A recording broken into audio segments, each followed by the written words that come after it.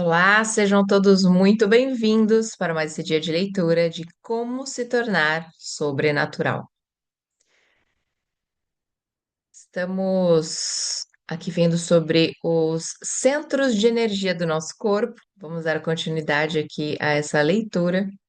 Espero que você já esteja nos acompanhando, mas se é a primeira vez que você chega aqui, convido você a fazer parte aqui desta comunidade. Nós somos um grupo de WhatsApp que se reúne diariamente às 6 da manhã. E depois da leitura a gente conversa sobre o que foi lido. Então, se você tem essa vontade, só deixar ali nos comentários. Vamos a mais este dia de leitura.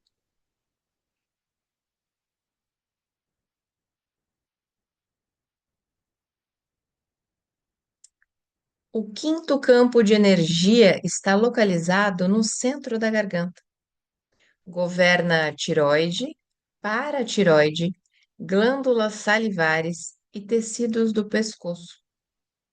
Os hormônios associados a esse centro incluem os da tireoide, T3 e T4, tirosina, tiroxina ou tirosina, as substâncias químicas da paratireoide, que governam o metabolismo do corpo, e os níveis de cálcio em circulação. O plexo nervoso governado por esse centro é o plexo da tireoide. Esse centro está associado à expressão do amor que você sente no quarto centro, bem como a falar sua verdade e fortalecer pessoalmente sua realidade por meio da linguagem e do som. Quando o quinto centro está equilibrado, você verbaliza sua verdade presente, o que inclui a expressão de seu amor. Você se sente tão satisfeito consigo e com a vida que simplesmente tem que compartilhar seus pensamentos e sentimentos. O sexto centro de energia está localizado no espaço entre o fundo da garganta e a parte de trás da cabeça. Se for muito complicado para imaginar, pense no centro do cérebro ligeiramente inclinado para a parte de trás da cabeça. Ele governa a glândula pineal, uma glândula sagrada.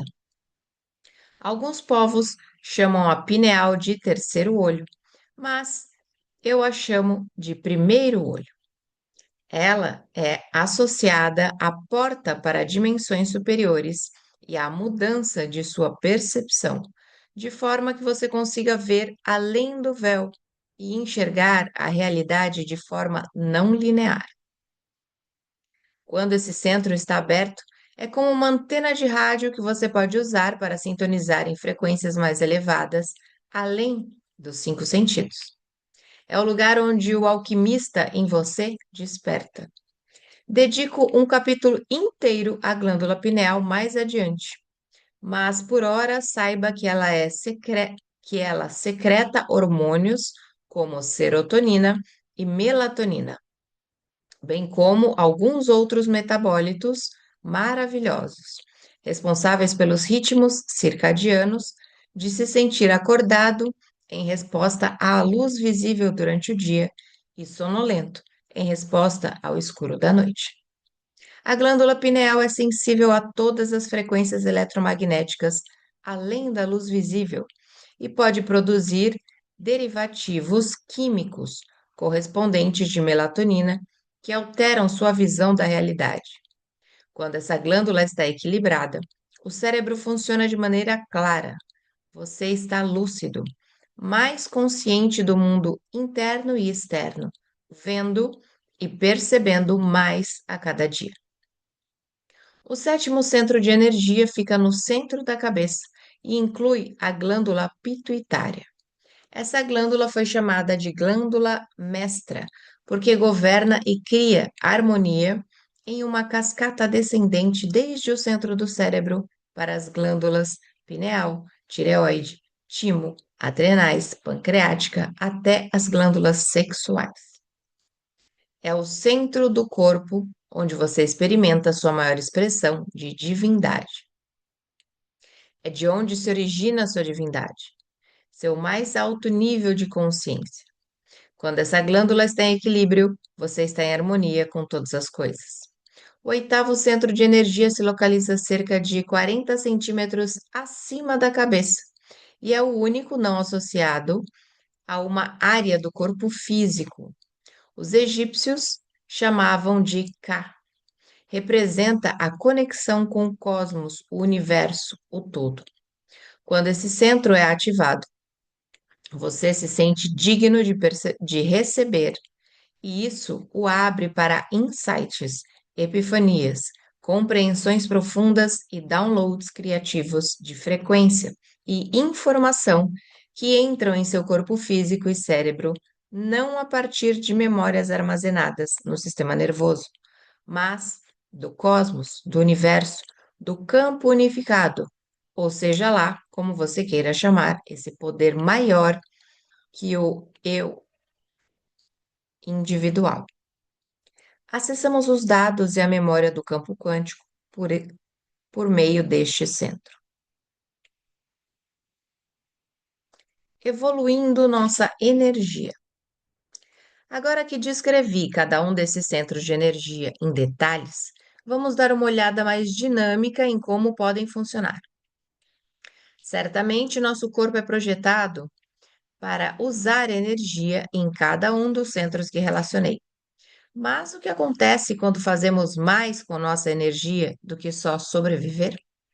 O que acontece quando, em vez de liberar toda a nossa energia para o exterior, para procriar, digerir alimentos, fugir do perigo e assim por diante, começamos a evoluir parte dessa energia para cima de maneira consistente, de um centro para outro, aumentando sua frequência enquanto ela sobe? Funciona assim. Começamos canalizando nossa energia criativa a partir do primeiro centro. Quando nos sentimos suficientemente seguros para criar, a energia criativa evolui, subindo e fluindo para o segundo centro. Quando temos que dominar alguma limitação ou superar uma condição no ambiente, podemos fazer bom uso da energia criativa. E então ela flui para o terceiro centro, assento de nossa vontade e força. Quando transcendemos com sucesso a adversidade da vida que nos desafiou a crescer e superar, temos a oportunidade de nos sentirmos mais completos, mais livres e mais satisfeitos. E então conseguimos sentir amor genuíno por nós mesmos e pelos outros, enquanto a energia flui e ativa o quarto centro. Quando isso acontece, queremos expressar nossa verdade presente, o que aprendemos, ou o amor ou a integridade que sentimos. E isso permite que a energia se mova adiante e ative o quinto centro. Depois disso, quando a evolução de energia ativa o sexto centro, áreas dormentes do cérebro se abrem, de forma que o véu da ilusão é erguido e percebemos um espectro mais amplo da realidade do que nunca víramos antes. Começamos a nos sentir iluminados. O corpo entra em maior harmonia e equilíbrio e nosso ambiente externo, inclusive o mundo natural que nos cerca, também entra em maior harmonia e equilíbrio quando a energia ascendente e ativa o sétimo centro. Quando sentimos a energia iluminada, começamos a nos sentir realmente dignos, e a energia pode, enfim, subir e ativar o oitavo centro, onde recebemos os frutos de nossos esforços, visões, sonhos, insights, manifestações e conhecimento que não vem de nenhum lugar na mente e no corpo, como as memórias, mas de um poder maior dentro de nós e à nossa volta. Esse fluxo contínuo de energia evolutiva do primeiro ao oitavo centro está representada na figura 4.4a. Fluxo de energia criativa do corpo. É que ele mostra as ondas de vibração também.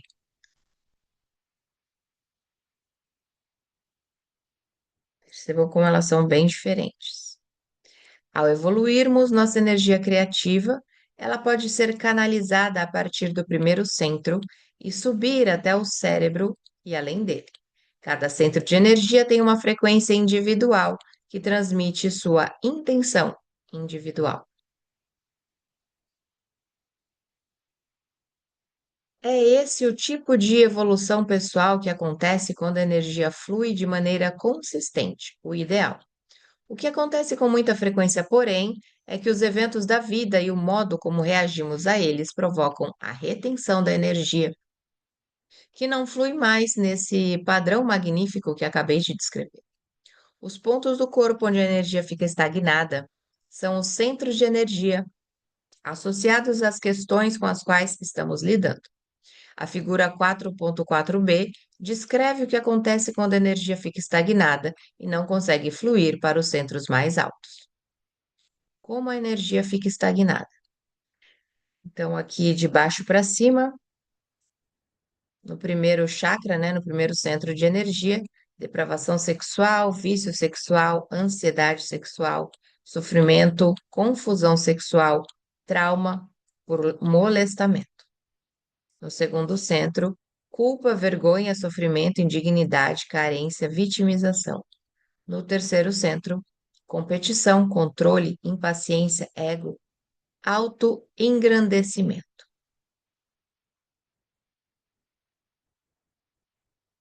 Quando a energia fica presa no corpo, não pode fluir para os centros mais altos. Como emoções são energia, essas emoções ficam estagnadas em diferentes centros e não podemos evoluir. Se, por exemplo, uma pessoa sofreu abuso sexual ou foi condicionada desde criança a pensar que sexo é ruim, a energia pode ficar estagnada no primeiro centro, associado à sexualidade, e ela pode ter problemas para acessar a criatividade. Por outro lado, se a pessoa consegue acessar a energia criativa, mas não se sente seguro bastante para usar sua criatividade no mundo, sentindo-se vitimizada nos relacionamentos sociais e interpessoais, ou se sofreu trauma ou traição causados por outrem, pode reter essa energia no segundo centro. Essa pessoa teria mais probabilidade de sentir culpa, vergonha, sofrimento, baixa autoestima ou medos excessivos. Se a pessoa consegue trazer sua energia, se a pessoa consegue fazer sua energia fluir para o terceiro centro, mas tem problemas de ego e é vaidosa, autocentrada, controladora, dominadora, raivosa, amarga e excessivamente competitiva, a energia fica retida no terceiro centro. E ela pode ter dificuldades de controle ou motivação. Se a pessoa não consegue abrir o coração e sentir amor e confiança, ou se tem medo de expressar amor, ou o que realmente sente, a energia também pode ficar estagnada nos quatro e quinto centros, respectivamente. Embora a energia possa ficar retida em qualquer um dos centros, é nos primeiros três que tende a ficar presa com mais frequência. Quando fica presa, a energia não consegue evoluir e fluir na corrente regular descrita anteriormente, que ativa os centros de energia superiores, onde sentimos amor pela vida e o desejo de retribuir. Fazer esse circuito fluir, como foi projetado para fluir, é o objetivo da meditação da bênção dos centros de energia. Abençoamos cada um dos centros para fazer a energia estagnada voltar a fluir. Consumindo nosso campo de energia.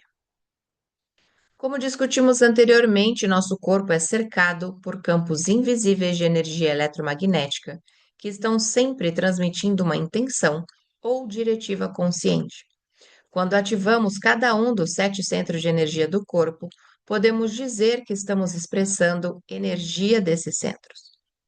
Colocando de forma simples, quando nós, como seres conscientes, ativamos uma energia específica em cada centro individual, estimulamos os plexos neurológicos associados a produzir um nível de consciência que ativa as glândulas, tecidos, hormônios e substâncias químicas apropriados em cada centro.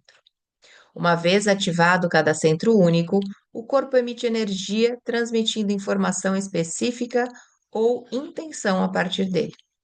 No entanto, se continuamos vivendo em sobrevivência e somos excessivamente sexuais, consumistas ou estressados, vivendo pelos 3 primeiros centros extraímos energia do campo invisível transmissor de informação que cerca o corpo de modo sistemático e transformamos em substâncias químicas. A repetição desse processo ao longo do tempo faz o campo em volta do corpo encolher. Ver figura 4.5. O resultado é que diminuímos nossa luz e não há energia que transmita uma intenção consciente movendo-se pelos centros para criar a mente correlacionada a cada um. Resumindo, usamos nosso campo de energia como um recurso. O nível limitado de mente com qualidade limitada de energia de cada centro vai enviar um sinal limitado para as células, tecidos, órgãos e sistemas do corpo circundantes. O resultado pode produzir um sinal enfraquecido e uma frequência mais baixa de energia, transmitindo informação vital para o corpo. A frequência reduzida dos sinais cria doença. Podemos dizer que, em termos de nível energético, toda doença é uma diminuição da frequência e uma mensagem incoerente. Figura 4.5, vivendo no modo de sobrevivência.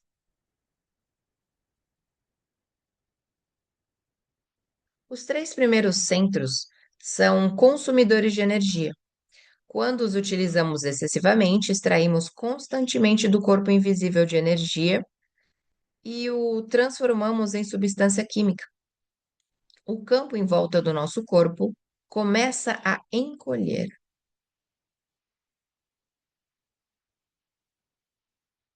À esquerda, né, o nosso campo de luz normal e à direita ele diminuindo. Lembra como eu disse que os três centros de energia mais baixos do corpo tratam da sobrevivência? Por isso representam nossa natureza egoísta? Eles têm a ver com o uso de poder, agressividade, força ou competição para sobreviver às condições do ambiente por tempo suficiente para consumir alimento, nutrir-se e depois procriar e dar continuidade à espécie. Ao passo que os cinco centros superiores representam nossa natureza desinteressada e lidam com pensamentos e emoções mais altruístas. A natureza fez esses três centros inferiores muito agradáveis a fim de continuarmos nos dedicando a ações relacionadas a eles e ao que representam. Fazer sexo, primeiro centro, e comer, segundo centro, são coisas muito prazerosas, assim como se conectar e comunicar com outras pessoas, também o segundo centro. O poder pessoal, terceiro centro, pode ser inebriante, incluindo o sucesso de superar obstáculos, conseguir o que se quiser, competir e vencer, sobreviver a um ambiente específico e se esforçar para mover o corpo por aí.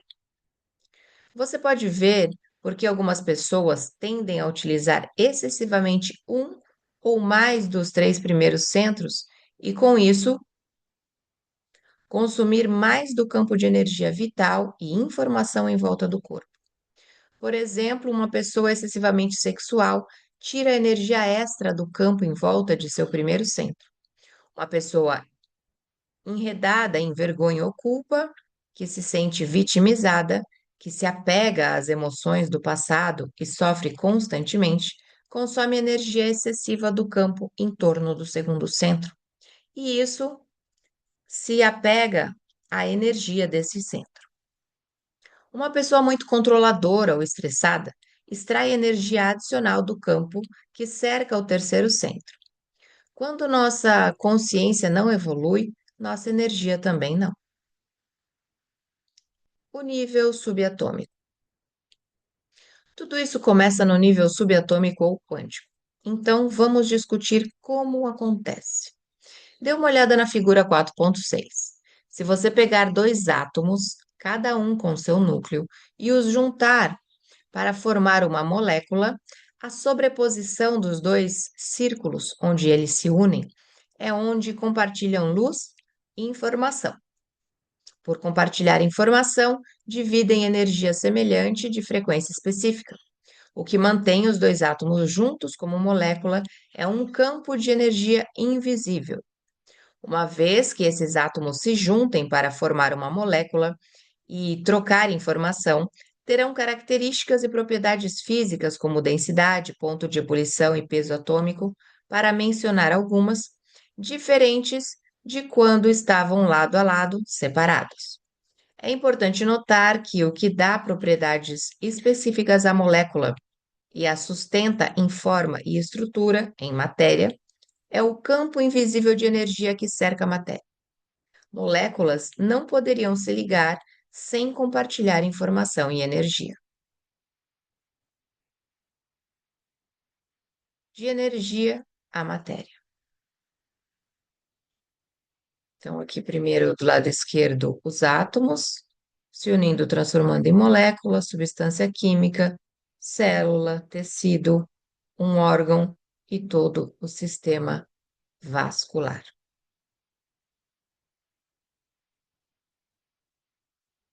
Quando os átomos se ligam e compartilham energia e informação, formam moléculas. A molécula tem à sua volta um campo invisível de luz feito de energia e informação que lhe dá as propriedades físicas que a sustentam. Quando mais átomos se juntam à molécula, ela se torna mais complexa e forma uma substância química. Também com um campo invisível de luz à sua volta, que é energia e informação, e lhe dá as propriedades físicas que a sustentam.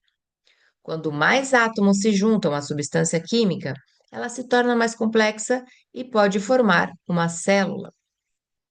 A célula é cercada por seu campo invisível específico de energia e informação, que lhe fornece instruções de funcionamento. Um grupo de células que se unem torna-se um tecido, com um campo de energia e informação que permite às células funcionarem em harmonia. Os tecidos se juntam e formam um órgão, com um campo de energia e informação que lhe permite funcionar de maneira saudável. Os órgãos se juntam e formam um sistema, que também tem um campo invisível específico de luz à sua volta, que lhe fornece as propriedades físicas para que funcione como um todo. Por fim, os sistemas se juntam para formar um corpo.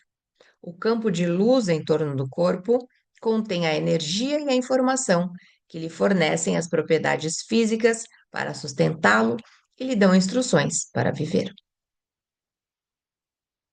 Se você acrescenta outro átomo, forma uma molécula diferente, que também tem características, propriedades físicas e estrutura atômica diferentes.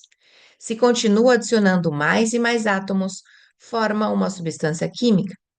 E há um campo invisível de energia em torno dessa substância, que a sustenta na forma física e lhe dá vida. Essas forças atômicas são reais e mensuráveis. Se você juntar substâncias químicas suficientes, acabará formando uma célula. E a célula também tem um campo de energia invisível à sua volta, que lhe dá vida. A célula, na verdade, se alimenta de diferentes frequências de luz. Não são moléculas e cargas positivas ou negativas que instruem a célula a fazer o que faz. De acordo com um novo campo da biologia chamado de biologia quântica, são os biofótons, que discutimos anteriormente, e seus padrões de luz e frequência que a célula emite e recebe, que dão as instruções. Quanto mais saudável a célula, mais coerentes os biofótons que emite. Se você lembra o que aprendeu até agora, coerência é uma expressão organizada de frequência. A troca de informação via frequência eletromagnética de luz entre a célula e o campo de energia que a cerca acontece mais depressa que a velocidade da luz, o que significa que acontece no nível quântico. Continuando, se você junta um grupo de células, forma um tecido. E esse tecido tem um campo invisível de frequência coerente e energia unificadoras que trazem todas aquelas células individuais, que fazem todas aquelas células individuais trabalharem juntas em harmonia, funcionando como uma comunidade. Se você pega esse tecido e o desenvolve em uma função mais especializada, forma um órgão. E um órgão também tem um campo invisível de energia eletromagnética. Esse órgão literalmente recebe informação desse campo de energia invisível. De fato, a memória do órgão existe no campo. O modo como isso pode afetar pacientes de transplante é fascinante. Provavelmente a história mais famosa é a de Claire Sylvia, que escreveu um livro chamado A Voz do Coração, sobre suas experiências depois de ser submetida a um transplante de coração e pulmão em 1988. Na época, tudo o que ela sabia era que os órgãos proviam de um doador de 18 anos morto em um acidente de motocicleta. Depois do transplante, a bailarina profissional e coreógrafa de 47 anos desenvolveu enorme desejo por nuggets de frango, batatas fritas, cerveja, pimentões verdes e chocolate Snickers. Alimentos dos quais nunca havia gostado. Sua personalidade também mudou. Ela se tornou mais assertiva, mais confiante. A filha adolescente até brincava sobre ela ter desenvolvido um andar masculino. Quando Silvia, enfim, conseguiu rastrear a família do doador, descobriu que os alimentos que desejava desde o transplante eram os favoritos do jovem. A informação vital estava armazenada no campo de luz do órgão. A história mais dramática para ilustrar o fenômeno envolve uma menina de 8 anos que, depois de receber o coração de uma menina de 10, começou a ter vívidos pesadelos sobre ser assassinada. A doadora, de fato, havia sido assassinada e o criminoso não fora capturado. A mãe da paciente a levou a um psiquiatra que ficou convencido de que a menina sonhava com eventos que haviam ocorrido. Procuraram a polícia, que abriu uma investigação usando o relato detalhado da menina sobre o assassinato, inclusive informações sobre a hora e o local do crime, a arma, as características físicas do criminoso e as roupas que ele vestia. O assassino foi identificado, preso e condenado. Nesses casos, a informação no campo de energia do órgão transplantado alterou a expressão do campo de energia do indivíduo depois do transplante. A luz e a informação diferentes desse campo se misturaram às do campo do paciente. O receptor pode captar a informação como memória no campo, e esta influencia sua mente e seu corpo. A energia contendo informação específica influencia a matéria. Bom, vamos ficar por aqui, senão eu vou acabar todo esse nosso tempo de leitura. Então, se você chegou aqui pela primeira vez nesse vídeo e ainda não conhece todo esse livro, convido você a se inscrever, clicar no sininho para receber todos os novos vídeos e acessar a playlist para acompanhar desde o início. Eu sou Vanessa Luz, um beijo no seu coração e nos encontramos por aqui numa próxima leitura.